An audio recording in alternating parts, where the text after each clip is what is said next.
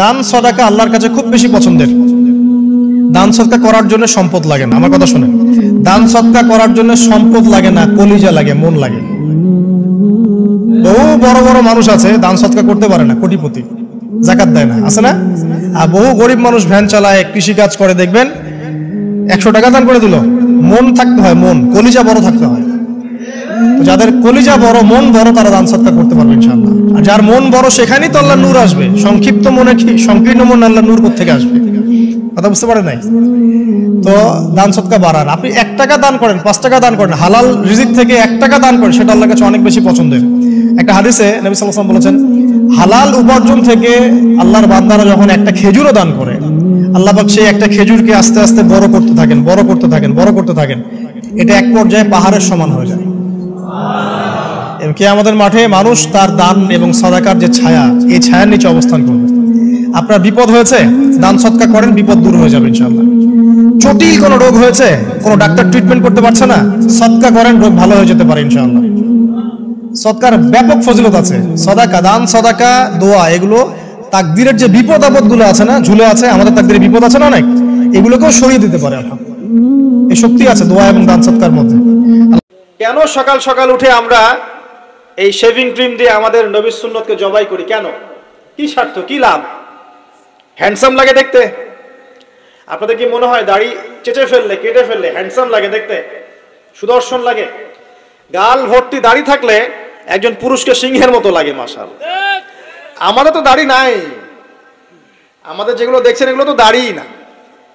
যাদের সুন্দর গাল ভর্তি দাড়ি আছে, এই মানুষগুলো যখন শেভ করে আমার খুব আফসোস হয়। আহা, বেচারাকে কত সুন্দর দাড়ি আল্লাহ পাক দিয়েছেন, প্রত্যেক দিন শেভ করা শুরু করেছে। অথচ আপনি দাড়ি ছেড়ে দিলে আপনার চেহারার ব্যক্তিত্বটা বাড়বে, সুন্দর লাগবে, স্মার্ট লাগবে, হ্যান্ডসাম লাগবে, সিংহের মতো লাগবে।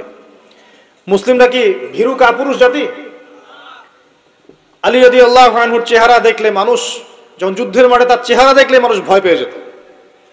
যুদ্ধের মাঠে তার চেহারা দেখলে মানুষ ভয় পেয়ে যেত। দাড়ি, ফুল দাড়ি, ছেড়ে দেওয়া দাড়ি। এবং তিনি যখন গর্জন করতেন যুদ্ধের মাঠে, যে প্রতিপক্ষ যখন থাকতো, আহ্বান করতেন, কে আছে সামনে আসো, সাহস থাকলে আমার সামনে। এই গর্জন শুনেই মানুষ ভয়ে তার সামনে আসতো না। খালিদ বিন ওয়ালিদ রাদিয়াল্লাহু আনহু যুদ্ধের মাঠে তার গর্জন শুনেই মানুষ সামনে আসতো না।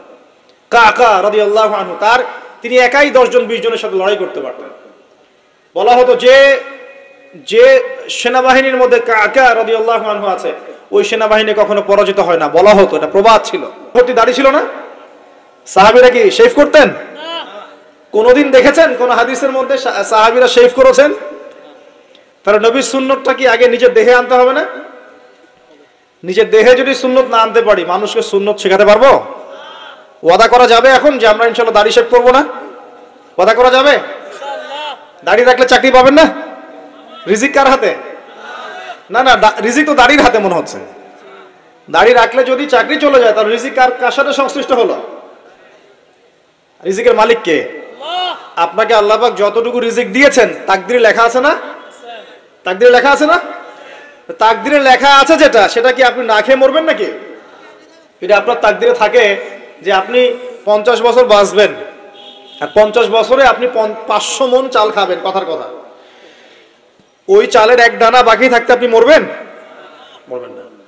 তাহলে রিজিক কি আমার সাথে সম্পৃক্ত না আল্লাহর সাথে সম্পৃক্ত? এই বিশ্বাসটা করতে হবে তো।